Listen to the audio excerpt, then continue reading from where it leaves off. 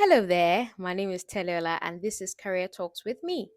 So, the purpose of this is to showcase Nigerian trained lawyers who are now in the diaspora doing amazing things. So, they'll be sharing their personal experiences, and this would help those who are looking to tow a similar path as them. This promises to be value packed. Make sure you stay tuned.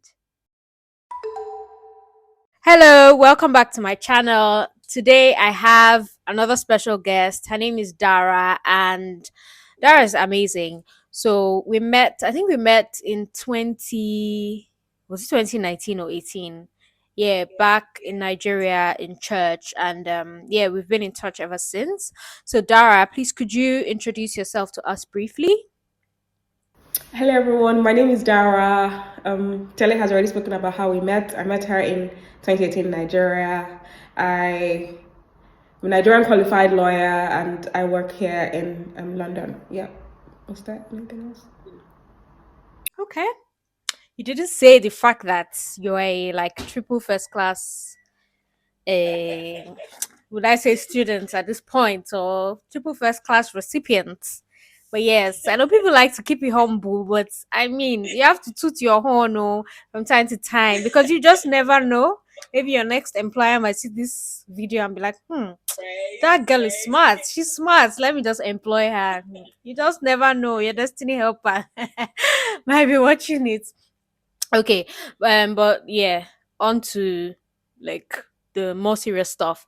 Okay, so you have transitioned from law to compliance, and you were an exceptional law student, and you also worked as a lawyer in Nigeria. So, can I ask why you decided to make this transition from law to compliance? Okay, so for me, it was more from a perspective, or I think the moment I decided to switch, it was I would describe it as a mindset shift. And I'll say that because like when I first moved here for my masters, whilst I was doing my masters, I was doing like tons of applications to law firms. Um, and there was just quite there were lots of things in the way, right, in terms of applications to law firms. I think for me, I basically started from training contract because I mean most people around me were saying, oh, try a training contract instead of going for like a direct role, and it was just the information I had available at the time. So at the point I decided to make the switch to compliance, it was more where I sat down to ask myself what I really wanted for myself and what I really wanted to do and what industries was I looking at. And that's why really I would describe it as a mindset shift. That was the defining moment in my career. I sat down, had a realistic conversation with myself. I tried to map out what people in the industry I was looking to join, which was the financial industry, compliance within the financial industry, what they were doing. Part of the people I had spoken to was you, Tele, to ask you like how you found compliance in that space, and then the exams that you had written and all that. And I think I just did like search on LinkedIn for like people that I saw were doing well in that space, and I wanted to see like, oh, what they did really that helped them. And I tried to have an understanding of the trajectory of their career, and that's really what helped me make that switch to compliance. Mm.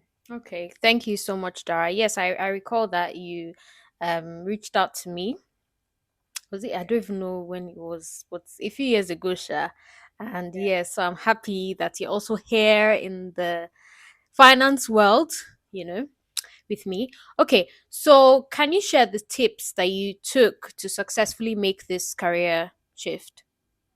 Okay, so like I said earlier, I had checked on LinkedIn and then spoken to a few people that I saw were in that space. And I think one of the things that I saw was the investment and securities qualification. So that was one thing that I think I spent some time one night just sitting down with my laptop and just trying to see, oh, what modules I would need to take and really just understand what the modules were about. And when I was sure, oh yeah, I was going to go for it, I decided to register for the exams.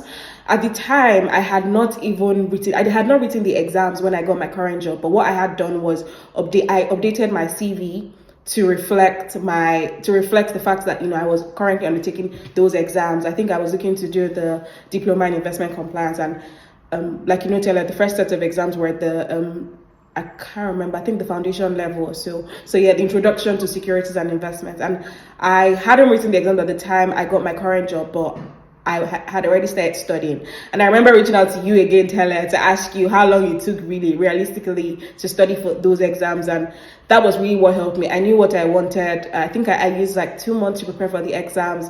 And when I was ready to write it, I went on to write the exams. So yeah, that's one thing. I looked up people within the industry and what they were doing, and qualifications they had that would possibly help me in my application process.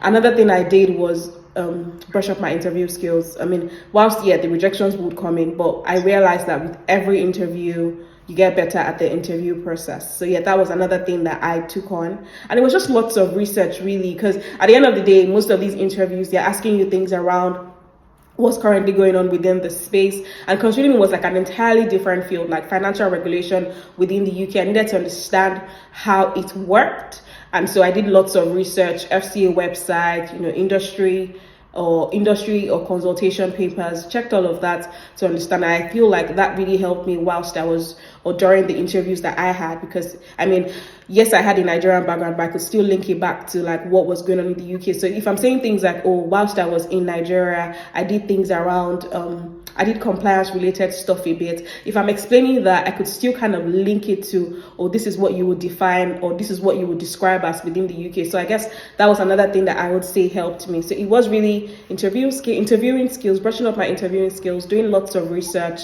and then also checking up people within the industry, and basically trying to understand how their progress was like and their career trajectory. And that's what I would say really helped me. Okay, thank you so much, Dara, for that.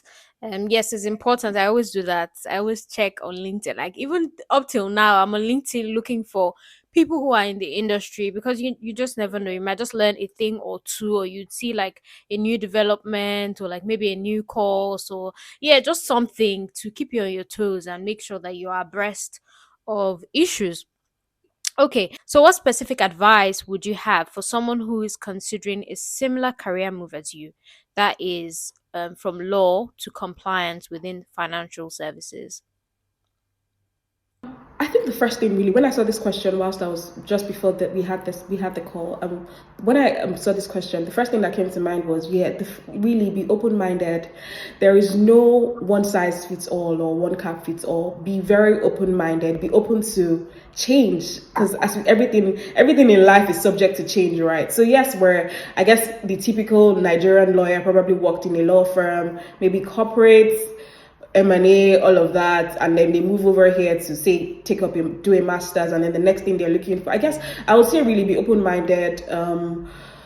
And one thing that really helped me was, knowing and really acknowledging the fact that my journey and the other person's journey is not the same. So the fact that, oh yes, my friend was looking to get into a law firm and eventually got into a training contract. That's beautiful. That's great. But what do you really want for yourself? What do you see yourself doing long term? So, I mean, that's one thing that I would say, be very open minded, know what you want for yourself, have realistic conversations with yourself outside of all of the noise, because people would say different things. Try this, try that. It worked for this person. Oh, you have people from Nigeria that would even call you and say, oh, but this person got into this law firm. Why don't you try it? I guess it's just that knowing or acknowledging the fact that you and the next person are entirely different, and what you want for yourself long term, medium term, short term is entirely not the same. It could be the same, but most times it's not the same. So it's more knowing what you want for yourself and trying to align your searches, everything you're doing would now align with what you actually want for yourself. But I mean, that was, like I said, it was like a mindset shift for me. It was a redefining moment for me when I thought, oh,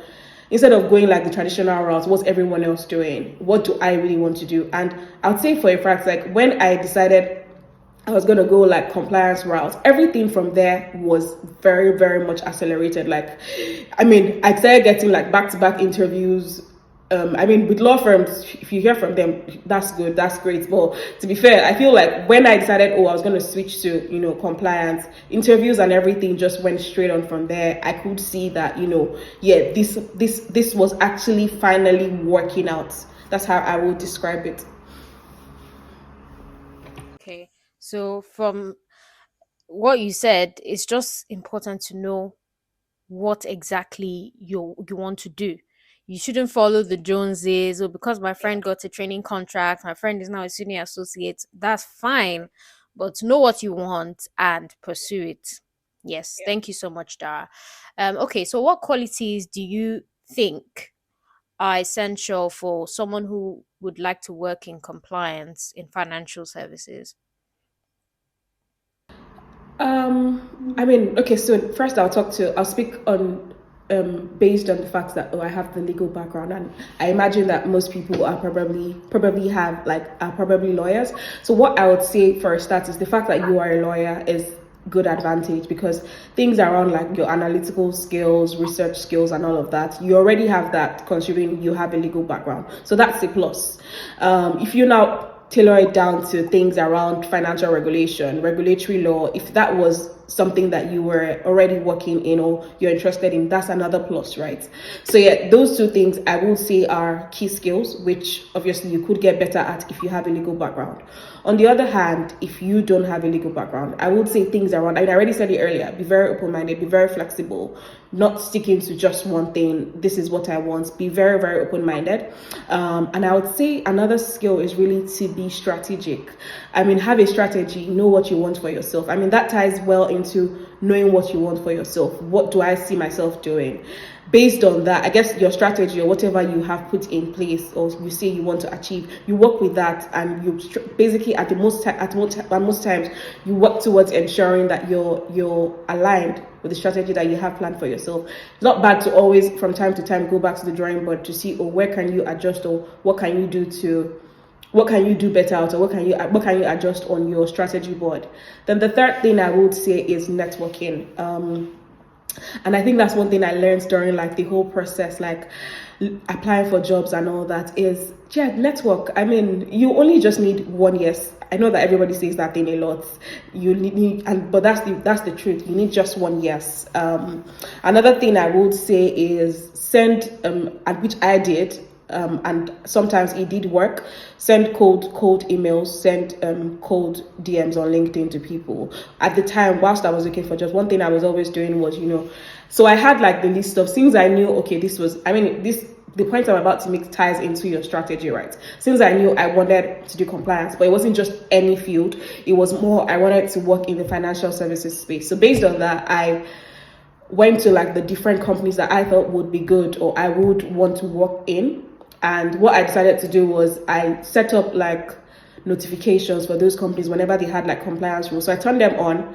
So I had a list of banks actually that I had put in, or corporate firms that I had put in, and said, oh, I was looking to I was looking to get a compliance rule here. I mean, I had done random checks. Some of them, their posts were like older. So I mean, I just turned on notifications, and when the most recent ones came in, I always got them, and then I would go on to apply. But beyond that, one thing I did was also like, based on the companies that I had selected, I had opened up the employee page to see their current employees, and then I tried to connect to like 5-6 of them.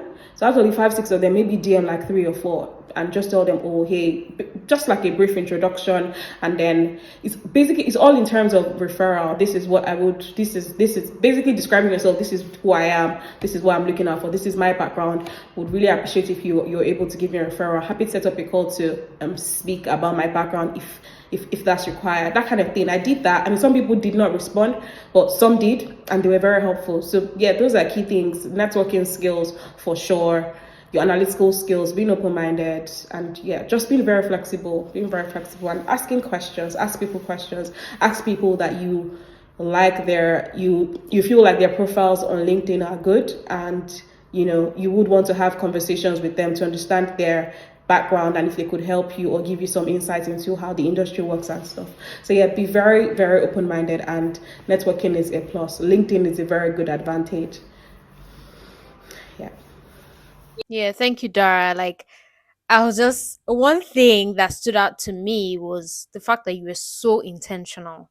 Like, kudos to you. You were really intentional, going to the websites, turning on notifications. Guys, that's it never really crossed my mind because I just go on LinkedIn to look for jobs or e-financial careers. But yes, that's a life hack for you there if you're looking to move into the financial services sector.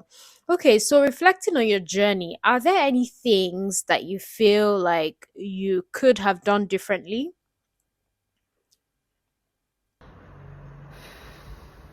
I think what I would say for that one is I probably should have started earlier. Like, and obviously, I mean, everybody has their what you would describe as your Kairos moment. I would describe that as my Kairos moment. I spent too long during my master's when I finished trying to get into law firms. And I don't know why. When I think about it now, like I think about it in terms of like imagine I eventually even got into a law firm. Would I even like it? I mean, that's not to say that people in law firms do not like it, but I actually pretty much like my current job. And I think about it and I'm like, would I really have loved working in a law firm? But you never know. I didn't work in a law firm here, so I can't say. But I would say, like I said just now, I would probably have started earlier.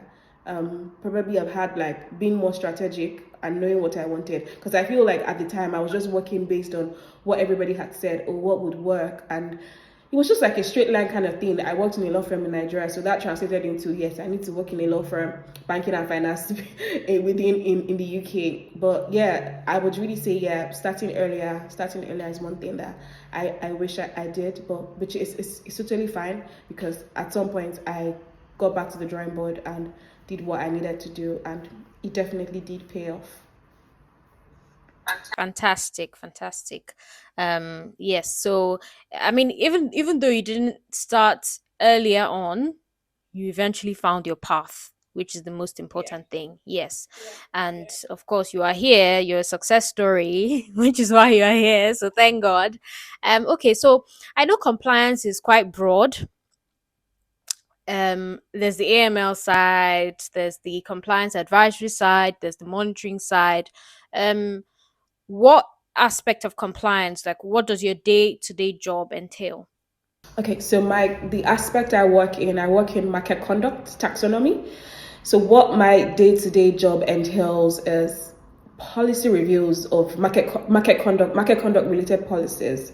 I'm keeping up to date with regulatory developments. So that's basically tracking regulatory developments and communicating it to the rest of the business, advising the business on like market conduct related things or events, and then conducting impact assessments where like we have like cases. For example, let me just use like a simple term like an insider trading case, or say for example one of these banks is fined by the FCA for an insider trading case. We're looking into, so what I would need to do in that sense is looking into like the events, how does this affect my own firm, and communicating it to the rest of the business. Another thing that I do is conducting trainings, face-to-face trainings or online trainings for which are market conduct related, or trainings that my team actually does own.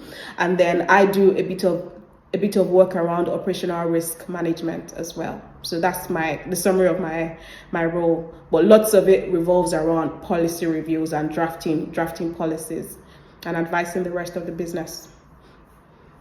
Yeah, that sounds quite interesting. No shade to those who are working in law firms. And then Yeah. that's really like why I said you still kind of need I mean, I remember like I think when I first joined, one thing that struck me was I felt like I was now finally putting my masters. There was a module I did during my masters called International Financial Regulations. So like when I first joined, it was something I had something around the market abuse regulation. In that moment, I'm like, oh, I feel like I'm finally putting my masters to good use, and I feel like I could still apply my legal background because, like I said, you still have the analytical skills. The regulations you're looking at there is how would I explain it now? Is this the regulations I'm looking into are law related. So yeah, I still feel like I tend to describe it as an intersection really between law and finance. It's like just in between financial regulation. So regulation is your law and then financial related. Yeah. Yeah, and some of these regulations are drafted just like laws. So the fact that you have a legal background comes in really handy. Yeah, yeah, absolutely. Yes. Yes. Okay. So please, could you share any challenges that you faced in your career transition journey? Rejections. So I did an outline just before I had this session, and when I saw that question, one thing I wrote there was, yeah, rejections. When I think about rejections, lots of tears. I'm not even going to hold that back, but I guess for me, it's more, yes. After you cry, what do you do next? Do you stay crying when you get the rejections, or you're like, yeah, I'll go again? At some point, I had to tell myself that I had to look at the positive side. And what was the positive side? From positive side was, I felt like with every interview I did, I got better. I got more confident. I don't know. I feel like I'm a very anxious person, or I know what the things I would want to say, right? But sometimes my anxiety gets in the way and just affects. But I think at the time when I came to the realization of the fact that, I was shooting myself in the foot by putting the anxiety first before even focusing on the interview, or why I was really at interviews. When I realized that, that really pretty much changed everything for me. I became more confident, sat down having conversations with the interviewers like we're actually having the conversation. And I like presenting myself as someone who was coming to give them, or presenting myself as someone who had value to add to the organization. So I would say yes, rejections is definitely one thing, but for me it was more, what do I do next after the rejections? And I picked on the positive side, which is, based with every rejection, or with every interview I do, I was getting better. So whilst, oh yes, sometimes it might not translate into getting that job, getting that quote unquote dream job that you want, but you're getting better at your interviewing skills, and you eventually land the job that you would want. One thing that you said that stood out to me was seeing the interview like a conversation, or just like a meeting that you'd have with someone, or like a business meeting, and then being able to articulate your value is so important, because like you can be a star student, you can be the best person for that job, but if you're not able to articulate it to the hiring manager, then it's like you're shooting yourself in the foot, but it was a good thing that you're able to pick yourself up and do better with each time. Like I always say that interviewing is a skill, and with a skill, practice makes perfect. You always get better um with each interview. So yeah, thank you so much for that. One thing Now, I was also going to add, Teletor, just to cut you quickly, was like, I think also that one, being confident really helped me in terms of the fact that I could easily, one thing I wasn't so good at following up. It's like I felt like, oh, the job will come to me, they'll come back with their feedback. And I didn't, it was more from a place of, I didn't want it to look like I was very desperate. But I started following up. I remember, like, when I think I shared this thing with somebody recently, think about my current job, and, you know, how it worked, it was more the first stage, oh yeah, they got back to me. I had the second stage, they got back to me after 2 weeks. They were literally using a 2 weeks format, or 2 weeks gap in between like the interviews and when they got back. The third stage, they got back to me. And I think I recall Taylor, you telling me, I don't know if it was you, but somebody had told me something around, when you end your interviews, one thing you should ask your interview, when they ask you about questions that you would have, aside the normal questions you would ask, one thing to ask might also be, oh, based on like the interview that we just had, was there any other thing that you feel like, oh, I need to elaborate or speak more about, or you didn't quite understand? So that way it makes it conversational, sort of. So, and really what that translates to is, they actually tend to give you their feedback of the interview without them actually knowing, or maybe they do. But yeah, after my third interview at my current firm, they got, the person that interviewed me said something around, oh yeah, this was really good. He's been interviewing people for like 15, 16 years, and he feels like, oh, this was really, really clear, accurate, da da da da. So obviously, based on that, I knew the outcome of the interview. And the next stage was really, oh, HR contacting me. But that whole process took about a month. And in the middle of it, I would email, follow up, obviously sometimes I was aired. Eventually, I got feedback from the person who was my hiring manager, and she kind of quickened or hastened the whole process with HR and all that. So yeah, that's really what I was really gonna say, bring up from that was, yeah, don't be afraid to follow up if need be on your interviews or hiring process. thank you so much, Dara, for that. It's like you're just spitting gems, giving us back to back. This should be like a career masterclass. But yeah, thank you so much. This has been so insightful. Okay, now on to the juicy bit. This is the final question. So, could you tell us more about any culture shocks that you've encountered so far working in the UK?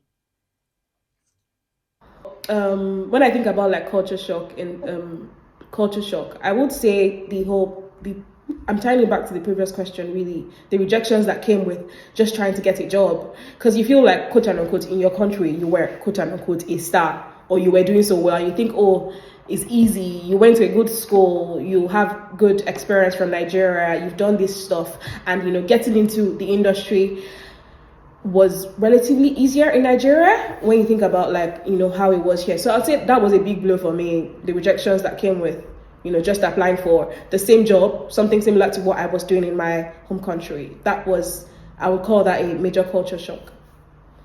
Maybe not. I will not. Maybe I probably wouldn't describe it as culture shock. But one thing I struggled with was when I first started was trying to fit in terms of how I speak. Sometimes I felt like I wasn't heard, yeah, this is like a personal struggle. This was something I struggled with at first when I first joined the industry, and let's just say this were my vulnerable moments. But sometimes, like even in meetings where I could actually contribute, I would hold back because I felt, yeah, I probably don't speak like you guys speak. Two, do I really feel like I can add any value? But the honest truth is, you actually can add value. There is so much. And I think it took me a while. And, when I started thinking about the fact that there are other people that don't even speak as good as, I speak from other countries, and they're bold about it. I think I picked that up and I'm like, yeah, I'm not going to hide myself. At the end of the day, you're shooting your foot when you say, oh, you would not contribute to stuff because you feel like, oh, they wouldn't hear you well, or you don't speak you don't speak the way everyone else would speak. So I'd say you're bringing value. There's a reason, obviously, when the decision to hire you alone means they've seen something in you, and they see value in you. So it translates into not looking at or focusing on things around like, oh, how do I speak? What's my accent like? Would I fit in? But focusing on the value that you bring. There's lots of value you bring into the organization. And I guess that really influenced the singular decision they made to actually hire you in the first place. Yeah. So that was my vulnerable moment. Thank you so much for that. Like we all go through that because there's sometimes they're like, this thing I'm about to say, does it make sense? Or this question I'm about to ask doesn't sound like a dumb question, but someone once told me that there's no such thing as a dumb question or a stupid question. It's better to ask and know that at least next time you're clear on that subject than to keep thinking, oh, you know it all, and then you just go and disgrace yourself.